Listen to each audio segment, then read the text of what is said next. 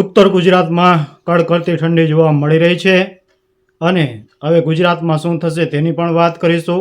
એટલે કે આવનારા દિવસોમાં કેવું હવામાન રહેશે, કેવી ઠંડી પડશે, આજનું હવામાન કેવું રહેશે, કાલનું હવામાન કેવું રહેશે તેની સંપૂર્ણ વાત આપણે આ વિડીયોમાં કરીશું. સાથે સાથે માવઠાની વાત પણ કરીશું. અને બીજું એ કે આપણું જે જૂનું ચેનલ હતું જમાવટ ગુજરાતની, એ ચેનલ છે એ ડેડ થઈ ગયું છે. ડેડ એટલે બ્લોક કયો કે પછી કોઈ લઈ ગયું હોય તો એ ખબર નથી.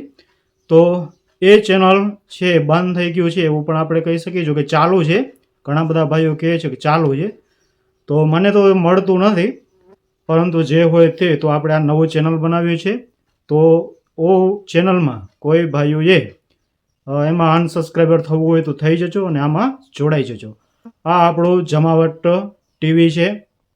ખાસ કરીને આ ચેનલ આપણે માત્ર ને માત્ર વેધર અપડેટ એટલે કે વરસાદના સમાચાર હોય, માવઠું હોય, સાથે બીજા સમાચાર હોય, રાજકારણ હોય, રેકોર્ડિંગ હોય, કોઈ પણ, તો એટલા માટે જ બનાવેલું છે આ ચેનલ. તો જરૂરથી બધાએ જોડાજો.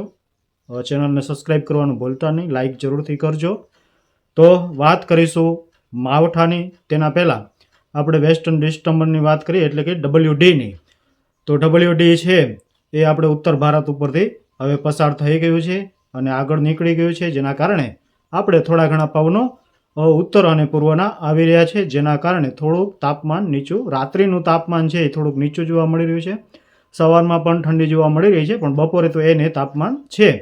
અને શાયદ બપોરનું જે તાપમાન છે એમાં હવે કોઈ ઘટાડો થાય એવું દેખાતું નથી મિનિમમ, કેમ કે હવે દિવસે દિવસે મોટો થવાનો છે. જ્યારે દિવસ મોટો થતો હોય છે ત્યારે તાપમાનનું પણ જોર રહેતું હોય છે. તો સાથે વાત કરી તો આપણે ઠંડીની વાત કરીએ તો ઠંડી આજથી જ આપણે આમ તો જોઈએ તો થોડી ઘણી કાલથી જ જોવા મળી રહી છે, આજે પણ છે અને આવનારા દિવસોમાં પણ થોડી ઘણી ઠંડી જોવા મળશે. એટલે બહુ ભારે કે અતિ ભારે ઠંડી પડે તેવી કોઈ શક્યતાઓ નથી. કોઈ હીટ વેવ આવે એવી પણ અત્યારે શક્યતાઓ નથી દેખાઈ રહી. ખાસ કરીને બધાએ નોંધ લેવી. પરંતુ જે આપણે વાત કરી હતી, જો કે વોટ્સઅપ ગ્રુપમાં આપણે વાત કરી હતી કે કોઈ પણ આપણે 30 તારીખથી કરી અને 3 તારીખ સુધીમાં આપણે ઝાકળનું પ્રમાણ વધારે જોવા મળી શકે છે. હવામાન છે એ થોડું બગડી શકે છે, એટલે કે વાદળ પણ જોવા મળી શકે છે, જે આપણે કસકાતરા કહેતા હોઈએ છીએ તે. માવઠાની હાલ કોઈ શક્યતાઓ નથી, પરંતુ પીછિયા વાદળાઓ અથવા તો અમુક વિસ્તારોમાં ઘાટા વાદળાઓ જોવા મળી શકે છે. અને ઝાકળ વધારે આવે તેવી પૂરેપૂરી શક્યતાઓ છે. એનું કારણ એ છે કે 30 અથવા તો 1 તારીખે 30, 31, 1 તારીખ આમાં હ્યુમિડિટી છે એ 95 ઉપર જાય તેવી પણ શક્યતાઓ દેખાઈ રહી છે. અને જે આપણે વિઝિબિલિટી છે એ પણ આપણે 6 થી 7 અથવા તો એનાથી પણ નીચે આવી જાય તેવી સંભાવનાઓ છે, જેના કારણે આપણે ધુમ્મસ પણ જોવા મળશે, ઝાકળ પણ જોવા મળશે અને પવનની દિશામાં પણ ફેરફાર થશે. પવનની દિશા છે આપણે અરબી સમુદ્રની, એટલે કે સમજો કે પશ્ચિમ અથવા તો દક્ષિણ પશ્ચિમની હવાઓ જ આવે તેવી સંભાવનાઓ હાલ દેખાઈ રહી છે. અને એના કારણે આપણે ઝાકળ પણ વધારે જોવા મળશે, સાથે સાથે ધુમ્મસ પણ વધારે જોવા મળશે, થોડા ઘણા પીછિયા વાદળો જોવા મળશે, જેમાં કચ્છ હોય, ઉત્તર ગુજરાત હોય, આ વિસ્તારમાં થોડુંક ઠંડુ વાતાવરણ વધારે થાય. બાકી જામનગર જિલ્લો જે આપણે વાત કરી હતી કે જામનગર જિલ્લાના આજુબાજુના જે વિસ્તારો છે ત્યાં પણ ધુમ્મસ વધારે જોવા મળે, ઝાકળ વધારે જોવા મળે એવી હાલ એક શક્યતાઓ દેખાઈ રહી છે. તો ખાસ કરીને તો જીરાના પિયતમાં જ્યારે આપણે આ રીતે પિયતમાં ને બધે જાળવણી કરતા હોઈએ છીએ, તો ક્યારે ઝાકળ આવતી હોય એ સમયમાં જો આપણે પિયત આપી હોય તો થોડીક આપણે ફૂગ આવવાની શક્યતાઓ વધારે રહેતી હોય છે. તો ખાસ એ પ્રમાણે બધાએ વર્તન આપણે જે પણ જીરાનું હોય, જીરાનો પિયત હોય, બાકી તો બીજા પિયતમાં તો કાંઈ ખાસ વાંધો આવતો નથી, પણ શાક જીરામાં થોડી ઘણી તકલીફો પડે છે જ્યારે ઝાકળ આવતી હોય છે ત્યારે. તો એ પ્રમાણે તમારું શેડ્યુલ ગોઠવજો. આગળના દિવસોની વાત આપણે આગળના વિડીયોમાં કરીશું. આજનો દિવસ છે એમાં પણ ઠંડી છે એ મીડિયમ જોવા મળે તેવી શક્યતાઓ છે. કોઈ ભારે ઠંડી કે અતિ ભારે ઠંડી પડે તેવી હાલ કોઈ શક્યતાઓ નથી દેખાઈ રહી. દિવસનું તાપમાન છે એ ઊંચું રહેવાનું છે, રાતનું તાપમાન છે એ થોડુંક ડાઉન જવાનું છે. સવારના વહેલા એટલે કે 1 વાગ્યાથી કરી રાત્રિના 1 વાગ્યાથી કરી અને સવારના 8 વાગ્યા સુધી થોડી ઘણી ઠંડી વધારે જોવા મળે તેવી શક્યતાઓ દેખાઈ રહી છે. રાત્રે આપણે સાંજના 6 વાગ્યાથી કરી અને રાતના 12-1 વાગ્યા સુધી મીડિયમ જ ઠંડી રહેવાની છે, પરંતુ એના પછી 1 વાગ્યાથી કરી અને સવારના 8 વાગ્યા સુધીમાં વધારે ઠંડી જોવા મળે એવી શક્યતાઓ વધારે. એટલે બહુ કોઈ હીટવેવ કે એવું નથી, પરંતુ આપણે શિયાળાનો અહેસાસ થાય તેવી પૂરેપૂરી શક્યતાઓ જોવા મળી રહી છે. બીજી વસ્તુ એ છે કે આપણે નવેમ્બરમાં પણ ખાસ ઠંડી જોવા મળી નથી. ઘણા બધા લોકોએ કીધું હતું કે આ ડિસેમ્બરમાં ઠંડી છે એ બહુ છોતરા કાઢી નાખશે, 25 વર્ષનો રેકોર્ડ તોડી નાખશે. આવી વાતો ડિસેમ્બર મહિનામાં થઈ હતી, પરંતુ ડિસેમ્બર મહિનું હવે પૂરું થવા આવ્યું છે.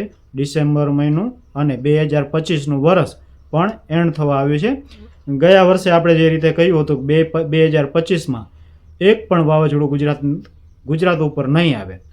આપણે 2024માં કહેલું હતું કે ગુજરાતની અંદર 2025માં એક પણ વાવાઝોડું નહીં આવે. એક પણ વાવાઝોડું ગુજરાતની અંદર આવ્યું નથી 2025ની સાલમાં. 2025ના વર્ષમાં એક પણ વાવાઝોડું ગુજરાત ઉપર આવ્યું નથી. જે રીતે માવઠાઓ કીધા એ રીતે માવઠાઓ જોવા મળ્યા છે. વરસાદમાં એકાદી આગાહી એવી હતી જે આપણે ખોટી તો ન કહી શકે, પણ 50% રહી હતી. ઉત્તર ગુજરાત અને આપણે દક્ષિણ ગુજરાતમાં વરસાદ થયો હતો. સૌરાષ્ટ્ર અને કચ્છ એ 2 વિસ્તારો બાકી રહી ગયા હતા ને એ અષાઢ મહિનો હતો જ, ખાલી જુલાઈ મહિનો. તો જુલાઈ મહિનાની એક આગાહી છે એ ખોટી પડી હતી. બાકી માવઠાઓ એ જ રીતે જોવા મળ્યા હતા, વરસાદ પણ એ જ રીતે જોવા મળ્યો હતો. ઘણા બધા લોકો કહી રહ્યા હતા કે માવઠાઓ છે છાંટાછૂટી થશે, ત્યારે આપણે વોટ્સઅપ ગ્રુપમાં પણ કહ્યું હતું કે માવઠાઓ છે એ સારા થવાના છે. જેને કામ કરવું એ કરી લેજો, સાચવી લેજો, નહીં તો પછી રોવાનો વારો આવશે.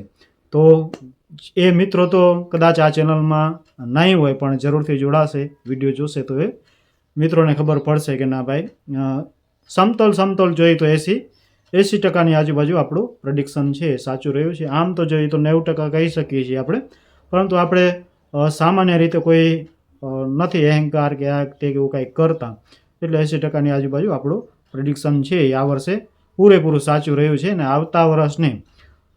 આવતા વર્ષે ચોમાસું કેવું રહેશે એની પણ આપણે એક વિડીયો કરી અને રોજે રોજ તમને 7:30 વાગ્યે ડેલી રોજ 7:30 વાગે ડેલી તમને માહિતી મળી જશે.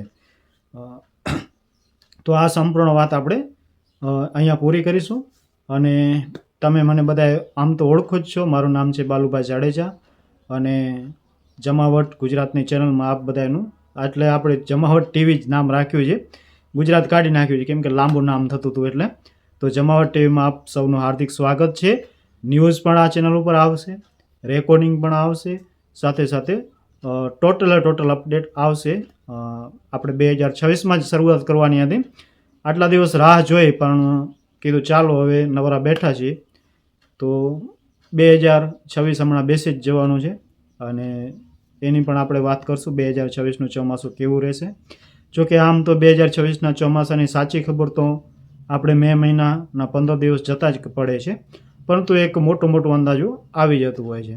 તો ચાલો ફરી મળશું નવી અપડેટ સાથે નવા વિડીયોમાં. ત્યાં સુધી દરેક ખેડૂત ભાઈઓને, દરેક ગુજરાતવાસીઓને, દરેક જ્યાં પણ ગુજરાતી રહેતા હોય તે બધા ગુજરાત ભાઈઓને વંદે માતરમ, જય ભારત, જય જવાન, જય કિસાન અને જય માતાજી.